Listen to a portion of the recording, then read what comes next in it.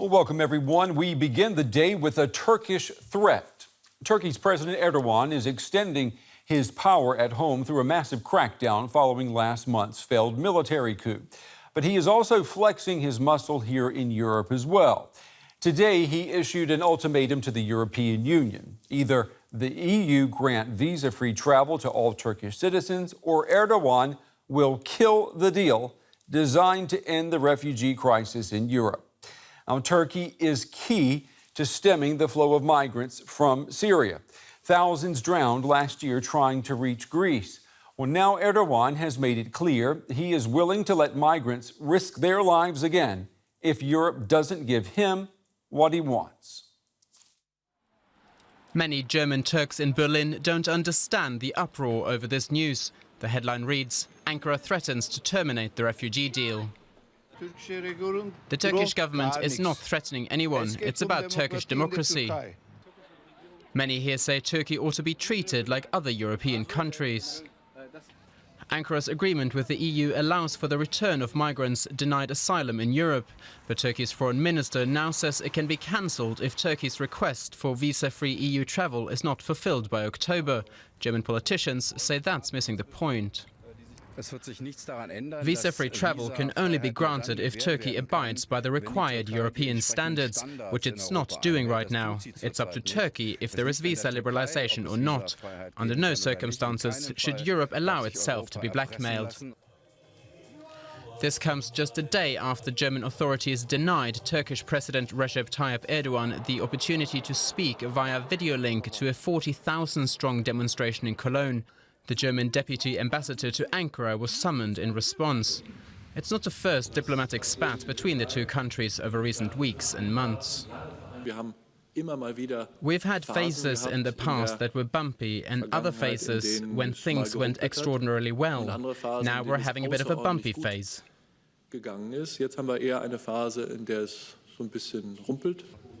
But despite the tensions, the German government's overriding concern is to stop the dispute with Turkey from escalating further. We want to pull in our correspondent in Istanbul now. Dorian Jones is on the story for us this evening. Good evening to you, Dorian. Erdogan and his government, we know that they are very busy with this post-coup crackdown. So why this ultimatum now? I think this is Ankara pushing back against Europe. Now, Europe has been very critical of Ankara's ongoing crackdown against those who are accused of being involved in the failed coup attempt a couple of weeks ago. But there has already been tensions on the night of the coup. Ankara was very angry that what they saw was a very slow response from across Europe to the ongoing coup at the time. And that's in sharp contrast to Russia and Iran, which were very quick to condemn. And the feeling was that Europe was very much sitting on the sidelines, waiting to see who would win out. Now that Europe is also now criticizing the crackdown, there is this real poisonous atmosphere between Turkey and Europe. And I think Turkey, with raising the refugee deal, is now pushing back against Europe and saying, just remember how important we are to you.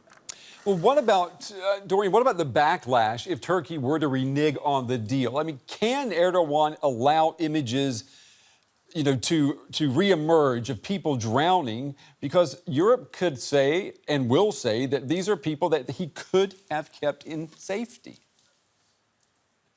Well, I think we're some way off that happening, though. Although, having said that, the fact that Turkey is bracing itself for maybe several 100,000 more Syrian refugees, if, as expected, Aleppo does fall and a number of other remaining towns, then there is this feeling that why should Turkey take this burden? They are currently hosting 3 million Syrian refugees. There may be a feeling, well, let them. If they want to go on to Europe, why should we stop them? And I think the blame game could easily start because Turkey will say to Europe, look, you have to share this responsibility. And so far, you haven't done that.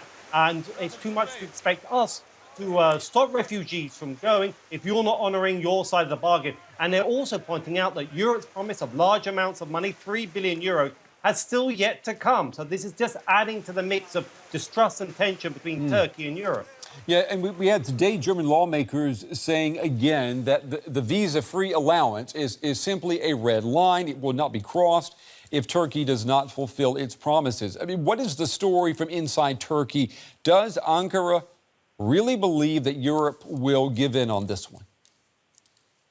Well, to be honest, I think that the idea of visa-free travel isn't really the top of the agenda or the concern of the government. In fact, at the moment, they're cracking down on people leaving the country. You have to remember that 3 million civil servants are banned from traveling abroad, as are all academics, and they've revoked the passports of 50,000 people. So the idea of making travel easier at the moment when they're trying to track down people who they're accusing of being involved in this failed coup attempt or supporting it is, I think, a bit of a stretch. What this is more about is putting pressure on Europe. Few people in Ankara expect visa-free travel anytime soon, especially as they have made clear they may even consider reintroducing the death penalty in the next coming months, which would effectively end Turkey's EU aspirations. Yeah, that just leads me to my next question. What does all of this then tell us about Turkey's hopes for ever joining the European Union?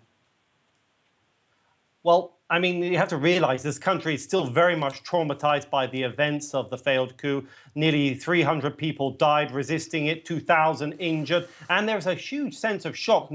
Turkey has never witnessed the kind of violence that has been seen last month. So I think the country is still coming to grips with that. It's still engaged in this problem of finding out who is responsible and preventing this from happening again. Now, there is a fear that this crackdown will become a witch hunt. But on the other hand, there is this belief that there is this consensus building going on between the president and opposition parties, crossing the deep divide, this chasm that does exist. And the hope is that if that consensus can build on bringing those people to justice, but at the same time laying the grounds for a possible more democratic Turkey, more consensus, then ultimately the Turkey's EU aspirations could come back on the agenda. But that's still a long way off. A long way away. Let's talk about something very briefly about what happened this weekend. Turkey has criticized Germany for not allowing President Erdogan to talk live via video to a huge pro-Erdogan demonstration that took place yesterday in the German city of Cologne. Would a similar demonstration against Erdogan's policies be allowed in Istanbul today? Well, that's very hard to say. And in fact, a small group of Kurds tried to hold a demonstration to commemorate the deaths of a number of Kurds killed by Islamic State last month, and they were bundled away. But at the moment, there is this growing consensus building between the opposition parties and the president. And at the moment, the voice is that we don't want to break that process, as many people see that as the only hope for Turkey to get out of the present turmoil and prevent the country tearing itself apart. All right, Dorian Jones on the story for us in Istanbul. Dorian, as always, thank you very much.